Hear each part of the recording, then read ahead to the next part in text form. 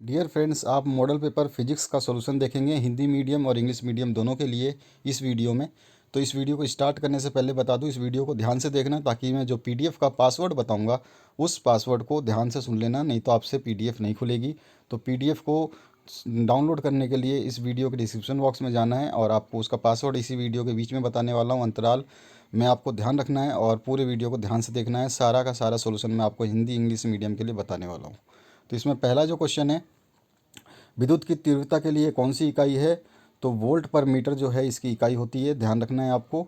इसके बाद में किसी आवेशित गोलीय कवच के आंतरिक बिंदु पर विद्युत विभव का मान होता है। The electric potential at a point inside a charge spherical shell is, तो स्थिर होता है, कांस्टेंट होता है। उसके बाद में थर्ड क्वेश्चन जो पूछा गया आपसे, इसमें पूछा गया विद्युत क्षेत्र 2.1 इंटू 10⁻10 वोल्ट पर मीटर में एक आवेशित कण का अपवाह वेग 8.4 इंटू 10⁻⁻4 मीटर पर सेकेंड है। कण की गतिशीलता का मान आपको बताना है ए चार्ज, तो इसका जो वैल्यू आएगी वो आ जाएगी बी 4 इंटू 10⁻6 मीटर स्क्वायर पर वोल्ट पर सेकेंड। ठीक है। इसके बाद में फोर्थ जो क्वेश्चन है इसकी बात करते हैं। तो यहाँ पे पूछा गया किरचॉफ का पाश नियम निम्न में से किस राशि के संरक्षण के नियम की सीधी परिणति है? यानी कि किरचॉफ लूप रूल जो है आपको बताना है वो किसके कॉन्सिक्वेंस लॉ को कन्वर्जेशन ऑफ देता है, तो ये आवेश यानी चार्ज का देता है। उसके बाद में किसी चालक के लिए निम्नलिखित में से कौन सा संबंध सही है? तो इसमें से जो कंडक्टर के लिए एक जो रिलेशन है वो होता है आपका सी ऑप्शन, ये करेक्ट है। इसके बाद में अगर हम बात करें अगले छठे क्वेश्चन की, तो छठे क्वेश्चन में एम्पियर सर्किटल लॉ जो है उसमें भी सी ऑप्शन आपका करेक्ट है।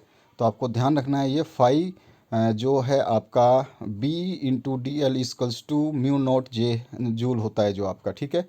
इसके बाद में आपका सेवन्थ क्वेश्चन जो पूछा गया है, एक प्रोटॉन जो है 10 t के एक समान चुंबकीय क्षेत्र की लंबवत दिशा में 2 इंटू 10⁻7 मीटर पर सेकंड के वेग से प्रवेश करता है। तो प्रोटॉन पर क्रियाशील जो चुंबकीय बल है उसका मान आपको निकालना है। तो उसकी वैल्यू जो आएगी आपको सॉल्व करने पे वो आ जाएगी 3.2 इंटू 10⁻11 न्यूटन। इसके बाद में आठवां जो क्वेश्चन है इसमें पूछा गया है किसी धारा अल्पांश के कारण आर दूरी पर स्थित बिंदु पर चुंबकीय क्षेत्र समानुपाती होता है। Magnetic field at a point at a distance R from current element is proportional to, तो इसका आ जाएगा आंसर आपका सी 1/r। इसके बाद में आपका नेक्स्ट जो है प्रेरण गुणांक यानी कि द यूनिट ऑफ इंडक्टेंस वो हेनरी होता है, एच से डिनोट करते हैं। 10वां क्वेश्चन है आपका in a step up transformer the number of terms in the primary and secondary coils are respectively n1 n2, तो n1 is less than n2, B option इसका करेक्ट है। इसके बाद में 11वां जो क्वेश्चन है इसमें पूछा गया आपसे तारों का टिमटिमाना निम्न में से किसका कारण है? तो ये आपको पता ही है, रिफ्रैक्शन का कारण है। रिफ्रैक्शन, ठीक है, रिफ्लेक्शन नहीं रिफ्रैक्शन, अपवर्तन का कारण है। ये आपके 10th क्लास में आपने पढ़ा था। 12th जो है आपका क्वेश्चन, इसमें अपवर्तन कोण जो है 8 डिग्री वाला एक पतला प्रिज्म जो है 4 डिग्री का विचलन उत्पन्न करता है। तो प्रिज्म पदार्थ का अपवर्तनांक आपको बताना है।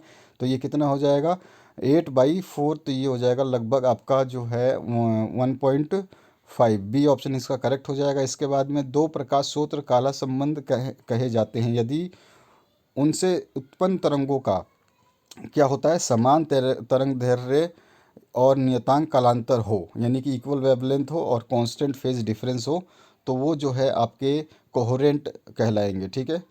उसके बाद में नेक्स्ट जो है आपका 14th क्वेश्चन, निम्न में से कौन सी घटना यह दर्शाती है कि प्रकाश एक अनुप्रस्थ तरंग है? यानी कि आपको बताना है कौन सी फिनोमिना है जो बताती है ट्रांसवर्स वेव की। तो यहाँ पर प्रकाश का ध्रुवण यानी पोलराइजेशन ऑफ लाइट जो है ये इसका आंसर हो जाएगा। इसके बाद में 15वां क्वेश्चन है प्रकाश विद्युत उत्सर्जन के लिए आइंस्टाइन का समीकरण कौन सा है? तो एच बी इक्वल्स टू के मैक्स प्लस फाई नोट है। इसके बाद में एक बेकुरल समतुल्य है, एक बेकुरल कितना होता है 1 क्षय प्रति सेकंड, यानी 1 डिके पर सेकंड जो है इसका आंसर राइट है। इसके बाद में 17वां जो क्वेश्चन है इसकी बात करते हैं। तो यहाँ पे पूछा गया यदि एक रेडियोधर्मी पदार्थ का क्षय स्थिरांक प्रति वर्ष 5.3 इंटू 10⁻³ है तो उसका अर्ध आयु काल जो होगा वो कितना होगा? तो वो हो जाएगा 130.8 वर्ष, यानी 130.8 ईयर्स। 18वां क्वेश्चन है 1 AMU समतुल्य है किसके बराबर होगा? तो 931 MeV के समतुल्य होगा। उसके बाद में 19वां क्वेश्चन पूछा गया, एन टाइप अर्धचालक बनते हैं जब अपमिश्रक परमाणु होते हैं, तो पंच संयोजी जो पेंटावेलेंट होते हैं उनमें होता है। 20वां क्वेश्चन, निम्न में से कौन सार्वत्रिक तर्क द्वार है, यूनिवर्सल लॉजिक गेट जो है आपको बताना है। तो ये नांड गेट जो है ये है आपका। इसके आंसर्स और भी देखेंगे जो आपके बड़े वाले क्वेश्चन है उसमें।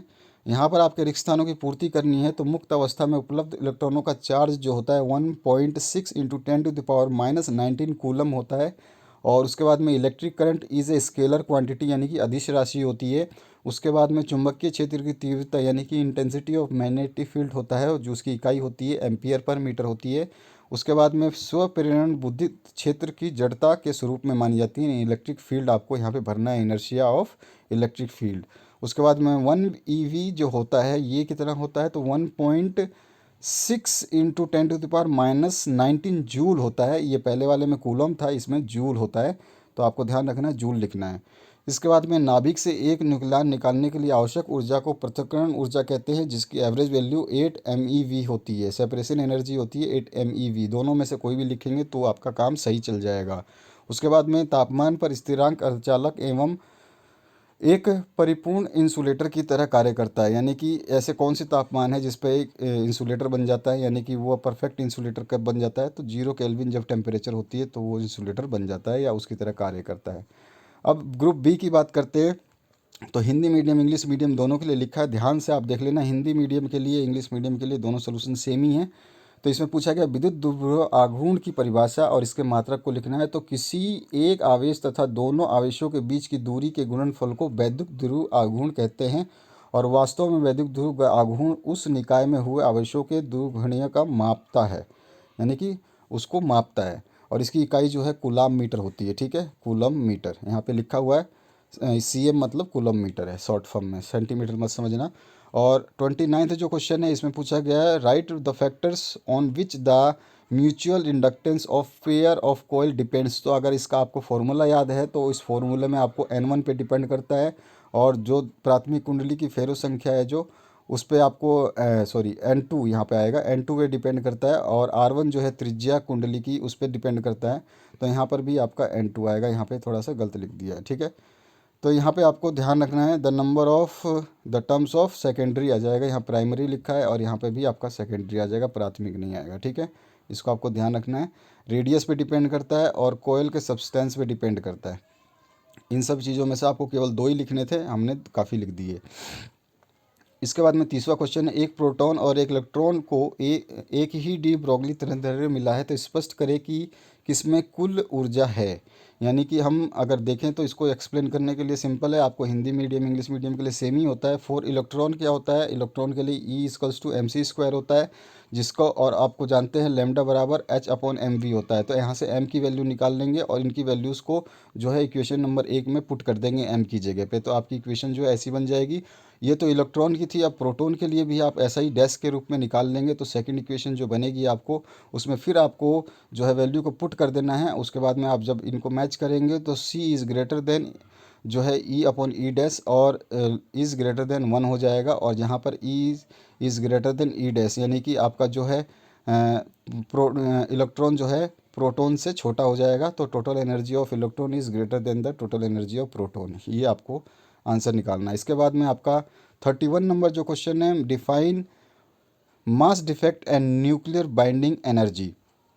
तो सबसे पहले मास डिफेक्ट की बात करें तो प्रोटॉन और न्यूट्रॉन के द्रव्यमान के योग और नाभिक में आस्तु द्रव्यमान के अंतर को ही द्रव्यमान क्षति कहा जाता है, यानी कि मास डिफेक्ट कहते हैं। और वह न्यूनतम ऊर्जा जो न्यूक्लियस को उन्नत या अनंत दूरी पर अलग करने के लिए आवश्यक होती है, उसे न्यूनतम ऊर्जा या उसी न्यूनतम ऊर्जा को बंद ऊर्जा कहते हैं, ठीक है। अगर इसको इंग्लिश में देखें तो वही चीज़ सेम लिखी है, the difference between the mass of the atom and the sum of the masses of its parts is called mass defect, जिसको ΔMB बोलते हैं।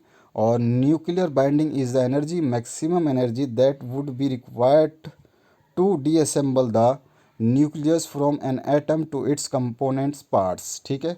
इसके बाद में 32वां जो क्वेश्चन है, इसमें आपको पूछा गया एक दिष्टकारी क्या है, यह किस सिद्धांत पे काम करता है। रेक्टिफायर क्या है और किस सिद्धांत पे काम करता है। तो रेक्टिफायर जो एक ऐसी युक्ति है जो आवर्ती धारा को यानी कि अल्टरनेटिंग करंट या फिर एसी को डिस्ट धारा यानी डीसी में कन्वर्ट कर देती है। ठीक है, ये इसको इंग्लिश में भी यही चीज़ लिखी गई है।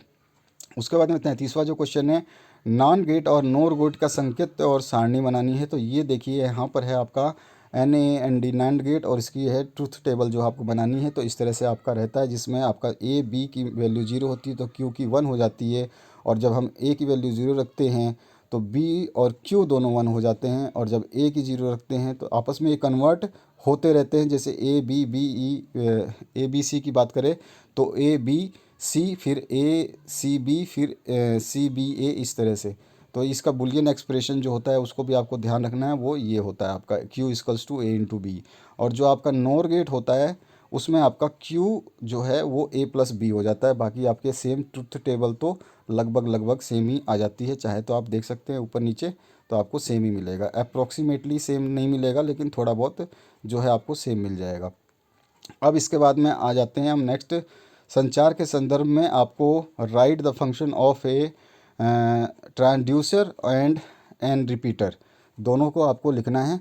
तो यहाँ पर ट्रांसड्यूसर को लिखा है और जो रिपीटर है उसको हिंदी मीडियम के लिए और यहाँ पर इंग्लिश मीडियम के लिए लिखा हुआ है। आप इसको पढ़ सकते हैं, देख सकते हैं। इसके बाद में खंड जो है द यानी कि डी सेक्शन आ जाते हैं। वेक्टर रूप में इलेक्ट्रोलाइसिस में कूलम का नियम लिखना है, कूलम के नियम की सीमाएं भी लिखनी है। तो कूलम का नियम जो है वो कुछ इस तरह से आपका जो है F इक्वल्स टू K/Q1, जो चार्ज है आपका दोनों और रेडियस पे डिपेंड करता है वो। और इसके बाद में इसका सदिश रूप जो है, अगर हम सदिश की बात करें तो F21 जो हो जाएगा 1/4 पाई E0 Q1 Q2 upon R2 square 2 1, और R वेक्टर 2 1 हो जाएगा। इसकी सीमाएं जो हैं यहाँ पर लिख दी गई है कि ये जो है आपके आवेशों के लिए सत्य है, गतिशील आवेशों के लिए नहीं, जो स्थिर आवेशों के लिए। और नियम केवल बिंदु आवेशों पर ही सत्य होता है, और इसकी जो ये नियम है 10⁻⁻15 मीटर से कम दूरी पर लागू नहीं होता है। ठीक है, अधिक दूरियों के लिए ये सत्य है। इसके बाद में इसी का इंग्लिश वर्जन यहाँ पे लिखा हुआ है, तो आप इसको देख सकते हैं, और इसके लिमिटेशंस भी यहाँ पे नीचे लिखी गई हैं।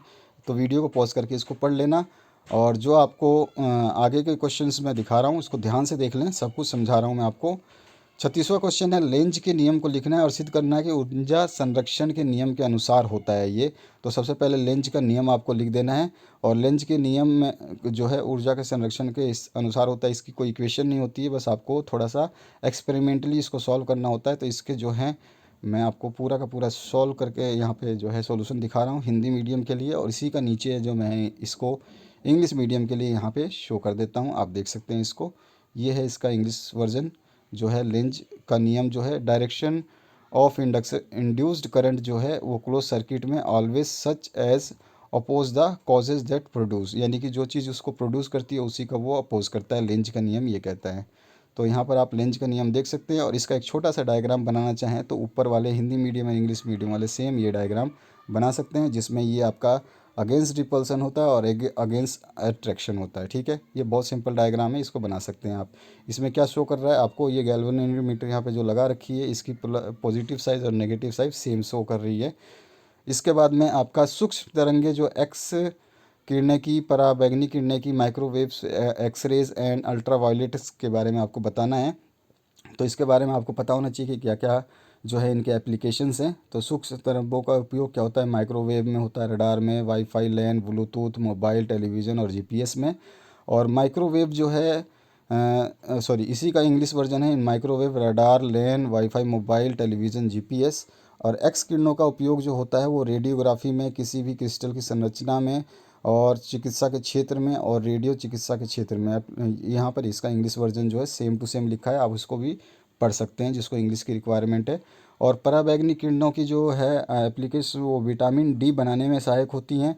ठीक है, त्वचा संबंधी समस्याओं में मददगार होती हैं, मूड को अच्छा रखती हैं, कई जंतुओं को देखने में सहायता प्रदान करती है, क्योंकि कई जंतुओं को अल्ट्रावायलेट रेज जो हैं वो दिखाई देती हैं, तो उनको वहाँ पर पहुँचने में आसानी होती है। तो ये इसका आंसर है इंग्लिश वर्जन में भी। इसके बाद में 38 नंबर जो क्वेश्चन है, यहाँ पे प्रकाश ध्रुवण क्या है और बूस्टर के नियम को आपको जो है बताना है।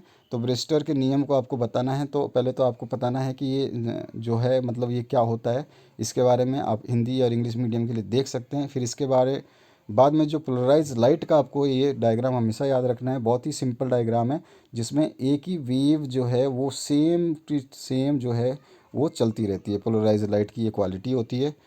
और ब्रेस्टर का नियम जो है उसको आपको लिखना है। तो यहाँ पे ब्रेस्टर का नियम लिखा हुआ है। इसके बाद में यहीं पर इसका जो है आपको पूरा का पूरा जो है ज्ञात करना है, तो वो भी आपको पूरा का पूरा बताना पड़ेगा कि इसकी रिलेशन कैसे निकलती है। तो इसी रिलेशन को हमने नीचे निकाल दिया है। इंग्लिश मीडियम और हिंदी मीडियम दोनों ही सेम रिलेशन को यूज़ करेंगे और डायग्राम ये वाला यूज़ करेंगे। यहाँ पर जो है रिलेशन आपके सामने है, इस रिलेशन का आपको यूज़ करके बताना है। समीकरण बहुत छोटी है इसकी, 2 ही समीकरण से आपका ये पूरी वैल्यू निकल जाएगी। और ब्रेस्टर लॉ का जो है इंग्लिश में हमने यहाँ पे लिख दिया है, इसको भी आप देख सकते हैं। और वापस से अगर आपको सॉल्व करना है तो यहाँ पर इसी इक्वेशन को यहाँ से आपको स्टार्ट करनी है ब्रेस्टर लॉ के आगे इंग्लिश मीडियम के लिए, और यहाँ तक कंप्लीट कर देनी है। इसके बाद में 39 नंबर जो क्वेश्चन है इसमें पूछा गया आपसे, अच्छा मैं आपको PDF का पासवर्ड बताया, तो PDF का पासवर्ड जो है वो है आपका, बता दूँ, चलिए बता देता हूँ। PDF का पासवर्ड है 9461, ठीक है, 9461। ध्यान रखना है आपको, उससे खुल जाएगा। अब यहाँ पर आपके संचार व्यवस्था जो है कम्युनिकेशन सिस्टम के बारे में आपको बताना है, ठीक है, उसका डायग्राम बताना है। और उसमें कौन कौन से जो प्रमुख अवयव होते हैं वो उसके बारे में आपको बताना है। और उसका डायग्राम यहाँ पे जो है हमने बता दिया है। देखिए आप इसका हिंदी मीडियम के लिए ये वाला डायग्राम आप याद कर सकते हैं, या इंग्लिश मीडियम के लिए जो डायग्राम हमने दिया है वो भी याद कर सकते हैं। तो दोनों ही बेस्ट है, जो आपको ईजिली याद हो जाए उसको आपको याद रखना है। और यहाँ पर जो है तीनों के बारे में यहाँ पे जो कार्य हैं उनके सभी के थोड़ा थोड़ा आपको समझा देना है। यहाँ पे लिखा हुआ है, और सबसे ज़्यादा सरल भाषाओं का उपयोग किया गया है यहाँ पे, ताकि आपको कोई दिक्कत ना हो। ये रहा जो कम्युनिकेशन सिस्टम इंग्लिश मीडियम के लिए, उसके जो है फ्लो चार्ट जो है या ब्लॉक डायग्राम आप बोल सकते हैं, इस तरह का बनाना है। तो आपको दोनों में से जो diagram English medium Hindi medium के लिए याद होता है वो आप दोनों स्टूडेंट कोई भी डायग्राम याद कर सकते हैं। फिर इसके बाद में जो इसके पार्ट्स हैं उनके बारे में आपको बताना है क्या क्या करते हैं। तो इसमें इनपुट, ट्रांसड्यूसर, ट्रांसमीटर और the channel and the noise और रिसीवर जो हैं ये काम करते हैं और किस तरह से काम करते हैं, ये सारी इसमें चीज़ें थोड़ी सी भाषा में बता दी गई हैं। तो इसके बाद में आपका जो नेक्स्ट है यह पार्ट, तो यहाँ पर आपका यह पार्ट में मीटर ब्रिज की क्रिया विधि आपको लिखनी है और उसका चित्र बना करके आपको समझा देना है। तो मीटर सेतु क्या होता है, जिस प्रकार व्हाइट स्टोन ब्रिज का उपयोग जो है अज्ञात प्रतिरोध के लिए किया जाता है, ठीक उसी प्रकार जो है मीटर ब्रिज भी अज्ञात प्रतिरोध ही निकालता है। ठीक है, इसका सिद्धांत क्या है, कम प्रतिरोध व्हाइट स्टोन का उपयोग आसानी से किया जा सकता है, लेकिन बड़े प्रतिरोधों के लिए उपकरण जटिल साबित होता है। इसलिए हम व्हाइट स्टोन सेतु सिद्धांत पर आधारित एक नई युक्ति बनाते हैं, और जिसको मीटर सेतु या मीटर ब्रिज कहते हैं। और मीटर ब्रिज की संरचना का चित्र यहाँ पर है, इसके बारे में यहाँ पे नीचे जो डिटेल्ड है वो बता दिया गया है। तो यहाँ पे इस टाइप का डायग्राम है, ये आपका सब L सेंटीमीटर है, ये यहाँ पे 100 - L है, 1 ना समझें इसको। इसके बाद में मीटर सेतु का जो उपकरण है उसके बारे में वर्गीकरण, मतलब उसका थोड़ा सा वर्णन कर दिया गया कि ये किस टाइप में इसका संयोजन है, यानी कि कंस्ट्रक्शन क्या है। उसके बाद में वर्किंग ऑफ मीटर ब्रिज कैसे काम करता है ये आपको बताना है, क्योंकि क्वेश्चन बड़ा है आपका तो थोड़ा सा लंबा ही है। तो इस तरह से आपको इसका लिख देना है। ये पूरा का पूरा विस्तार से यहाँ पे समझा दिया गया, आप इसको देख सकते हैं। यहाँ पे ये पूरा का पूरा यहाँ तक आंसर है इसका। ये हिंदी मीडियम के लिए। इसी तरह से आपका जो इंग्लिश मीडियम के अगर स्टूडेंट याद करना चाहते हैं, कोई भी डायग्राम आप दोनों ही याद कर सकते हैं। जो भी डायग्राम यहाँ पे दी जाती है, ऐसा नहीं है कि जो बोला गया वही, आपके पास ऑप्शन है, ये वाला डायग्राम याद करें या ऊपर अभी दिखाया था वो डायग्राम याद करें, आपके ऊपर डिपेंड है। उसके बाद में इसका वर्किंग प्रिंसिपल आपको लिख देना है, और ठीक है। उसके बाद में इसका जो सर्किट डायग्राम है वो आप बना सकते हैं, तो ये वाला डायग्राम आप बना दीजिएगा। दोनों में बना सकते हैं, क्योंकि डायग्राम के नंबर ऑटोमेटिकली आपको मिल जाते हैं। और इसके बाद में डिटर्मिनेशन करनी है आपको, तो यहाँ पर उसकी डिटर्मिनेशन जो रिलेशन ऊपर दी थी वही रिलेशन हमने नीचे भी दे दी है। और इसका जो प्रिकॉशंस है, अगर आप लिखना चाहें तो लिख सकते हैं, नहीं लिखना चाहें तो छोड़ सकते हैं, नहीं पूछा गया है तो। इसके बाद में इसी का बी पार्ट जो है, किसी धारावाही वृत्ताकार लूप के अक्ष पर स्थित किसी बिंदु पर चुंबकीय क्षेत्र का व्यंजन प्राप्त करना है, जो कि थोड़ी सी लंबी वो हो जाती है। तो यहाँ पर बायो सवर्ट का नियम लगेगा, और उसके बारे में थोड़ा सा समझा देना है। समझाने के बाद में आपको जो है ये चित्र आपको ध्यान करके याद रखना है, और इसी चित्र के ऊपर पूरी की पूरी जो बनावट है आपका, पूरा का पूरा जो डेरिवेशन है वो इसी के ऊपर कंपाइल करता है। यानी कि यहाँ पे देखेंगे तो इसी प्रकार ये वाला जो चीज़ है इसको आपको ध्यान रखना है। यहाँ पर देखिए इसी चित्र के हिसाब से, यानी कि चित्र नंबर 17.7 जो है स्पष्ट कर दिया गया है, उसमें क्या क्या वैल्यूज़ हैं उनको बता करके यहाँ पर इसकी डेरिवेशन की गई है जो इंटीग्रेशन के फॉर्म में। और चित्र 7.17 से ही स्पष्ट किया गया है कि साइन थीटा जो है वो r/r थीटा का होगा, और इसके बाद में इसकी पूरी की पूरी कैलकुलेशन जो है कंप्लीट कर दी गई है। इसको समझना होगा थोड़ा सा, आपको टाइम निकाल करके आराम से बैठ करके जो इसकी PDF फाइल मैंने दी है उसको डाउनलोड कर लेना, और वहाँ से आप समझ सकते हैं। फिर आपको कुंडली के फेरे जो हैं वो बतानी है, और इसकी दूसरी जो पार्ट आएगा तो उसको भी आपको सॉल्व कर देना है, ठीक है। तो इस तरह से आपको ये पूरा डायग्राम और जो है इक्वेशन बनानी है। अगर हम बात करें इंग्लिश मीडियम के लिए तो फ्रॉम दिस डायग्राम, यहाँ पे ये डायग्राम दिया हुआ है, इस डायग्राम के हिसाब से सॉल्व किया गया है। चाहे तो आप उस डायग्राम के हिसाब से याद करें या इस डायग्राम के हिसाब से याद करें, आपको आपके ऊपर डिपेंड है। और बहुत ही आसान है ये इंग्लिश मीडियम के लिए जो है सॉल्यूशन, ये ज़्यादा इजी है उस सॉल्यूशन से। तो यहाँ पे क्या है, आपका आराम से इसको सॉल्व कर सकते हैं। तो आगे और दिखा देता हूँ मैं इसको, देख लीजिए। इसके बाद में जो इसका और पार्ट है, अथवा में जो क्वेश्चन आया था, एक जैसे प्रतिरोधियों के जैसे श्रेणी क्रम और सीरीज़, आपको जो सीरीज़ और पैरेलल कॉम्बिनेशन है उसके बारे में बताना है, तो डायग्राम बनाना है और बताते जाना है। तो यहाँ पर श्रेणी क्रम के बारे में पहले डायग्राम बताएंगे और इसके जो डेरिवेशन है उसको कंप्लीट कर देंगे हम नीचे की तरफ जा करके। तो अभी मैं दिखा देता हूँ, इस डायग्राम को ध्यान से देख लें। और इसके बाद में जो है आपको ये पूरा का पूरा जो डेरिवेशन है इसको कंप्लीट कर देना है। निष्कर्ष निकालें या ना निकालें, यहाँ तक आपको ज़रूर आपको समझाना है, ठीक है। इसके आगे जो बात करें हम समांतर श्रेणी की, यानी कि जो आपका पैरेलल कॉम्बिनेशन है उसके बारे में, तो फिर आपको डायग्राम बनाना है पैरेलल का, और उसके बारे में फिर चित्र अनुसार जो है आपको लेनी है, और वही वैल्यूज़ जो 10th में करते थे उसी हिसाब से आपको यहाँ पे सॉल्यूशन दे देना है। और इसका भी निष्कर्ष निकालें तो निकाल सकते हैं, अदरवाइज़ इसकी भी ज़रूरत नहीं है। तो ये आपका सॉल्यूशन हो गया। इसके बाद में जो आपका इंग्लिश मीडियम के स्टूडेंट है वो देखना चाहें तो यहाँ पर सीरीज़ कॉम्बिनेशन जो है इंग्लिश मीडियम के लिए दिया गया है, उसका डायग्राम यहाँ पर अलग तरीके का है थोड़ा सा। तो आपका डायग्राम मैंने कहा जैसा आपको इजी लगता है उस डायग्राम को याद कर लेंगे, PDF फाइल डाउनलोड कर लेना। मैंने बता रखा है पासवर्ड इस वीडियो में, जिसने इस वीडियो को देखा है उसको पासवर्ड पता है तो वो आराम से इसको डाउनलोड कर सकते हैं और पूरा PDF ले करके स्टडी कर सकते हैं। ज़्यादातर मॉडल पेपर में से क्वेश्चन इस बार आने के चांसेस है, क्योंकि आपके स्कूल नहीं लगे हैं तो आपके पास स्टडी मटेरियल आपको टीचर्स ने अवेलेबल नहीं कराया, कुछ समझाया नहीं है, तो आपने क्या पढ़ा है, आपने क्या याद किया है। तो यही मॉडल पेपर्स जो हैं आपको काम करेंगे। तो पैरेलल का भी ऐसे ही आपको बताना है, ये पैरेलल का है, उससे पहले सीरीज़ का था। इंग्लिश मीडियम और हिंदी मीडियम दोनों के लिए जो सॉल्यूशंस हैं ये बने हुए हैं, आराम से इसको देख लें। इसके बाद में इसका इक्विवेलेंट जो रेजिस्टेंस है वो आप देख सकते हैं। इसी का बी पार्ट जो है बायो-सवार्ट नियम क्या है, तार की एक वृत्ताकार कुंडली है, उसका आपको जो न्यूमेरिकल सॉल्व करना है। तो सबसे पहले छोटा सा एक बात आपको बता दूं, वह नियम जिससे चुंबकीय क्षेत्र की तीव्रता ज्ञात किया जाता है उसे वायर-सवार्ट नियम कहते हैं, यानी कि the law by which the intensity of magnetic field can be determined is called law of Biot-Savart। ठीक है, ये सिंपल सा आप डेफिनेशन लिख सकते हैं, कोई नंबर नहीं काटता है।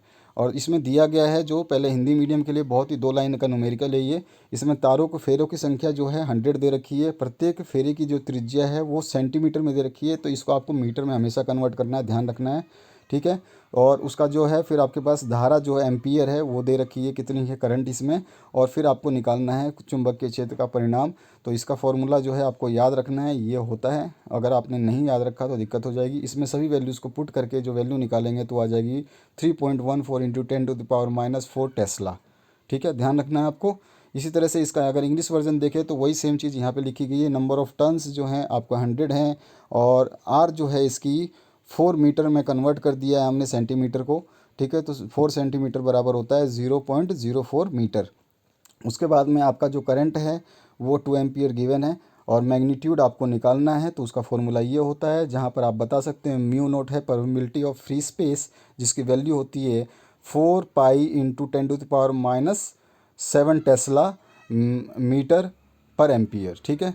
तो ये आपको ध्यान रखना है। इसके बाद में आपको क्या करना है, सीधा सीधा इसको पूरी वैल्यूज़ को यहाँ पे रख देनी है, और आपका जो आंसर आ जाएगा 3.14 इंटू 10⁻⁴ टेस्ला, ठीक है, ये आंसर आ जाएगा। अब इसके आगे हम 41 नंबर जो लास्ट क्वेश्चन है इसकी बात करते हैं। एक संयुक्त सूक्ष्मदर्शी का जो आपको चित्र बनाना है और इसका फिर एक्सप्रेशन बता देना है, ठीक है, और जो फॉर्मेशन है वो कैसा होगा ये बताना है। तो यहाँ पर देखिए, ये पहले सबसे पहले आपको एक ऐसा डायग्राम बनाना है जो कि सूक्ष्मदर्शी को शो करता है, यानी टेलीस्कोप का डायग्राम बनाएंगे। तो इस टाइप का डायग्राम बनाएंगे, आपके बुक में है वो याद कर सकते हैं, ठीक है।